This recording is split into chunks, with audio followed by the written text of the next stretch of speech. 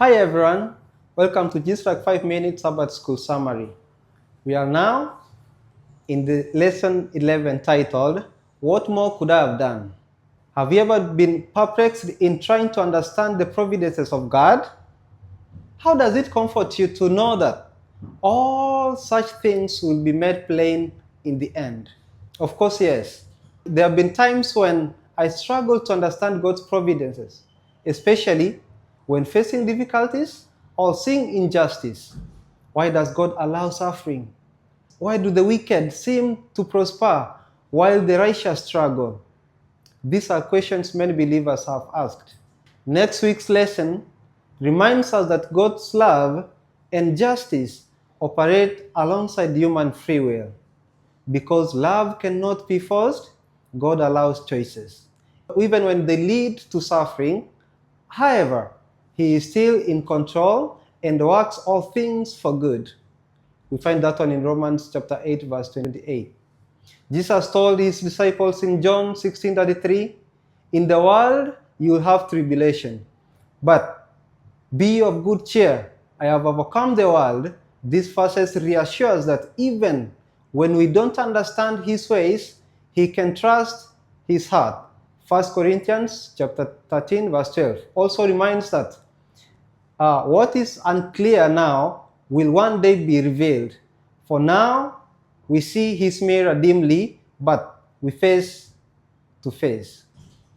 In my own life, I have seen God's providence in situations I once thought were setbacks. At times, closed doors led me to better opportunities. Looking back, I can see how God was guiding me, even when I didn't understand at the moment. Even our best answers relative to the problem of evil are incomplete for now. What can we do in practice to draw closer to those who are suffering and be agents of relieving suffering in this world? While we wait for God's final solution to the problem of evil, we must act as His hands and feet in the world. We may not always have the perfect words, but we can show love through actions. Action number one that we need to do, be present and listen. Many times people just need someone to listen rather than trying to explain their suffering. Job's friends did well when they sat with him in silence.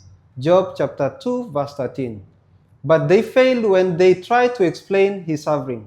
Number two, meet practical needs. As James chapter 2, 15 and 16 says, if a brother or sister is naked and destitute of daily food, and one of you says to them, depart in peace, be warned and filled, but you do not give them things which they needed for the body, what does it profit? If someone is hungry, we should feed them. If they are hurting, we should comfort them. Number three, share hope in Christ. While we cannot eliminate suffering, we can remind people of God's promise. In Revelation chapter 21, verse 4, God will wipe away every tear from the eyes. There shall be no more death, no sorrow, no crying. In my experience, I've seen that small acts of kindness, helping someone in need, praying with a friend, or simply offering encouragement can make a big difference. As we await for Christ's return, we must actively reflect in love in a broken world. Thank you, and may God bless you.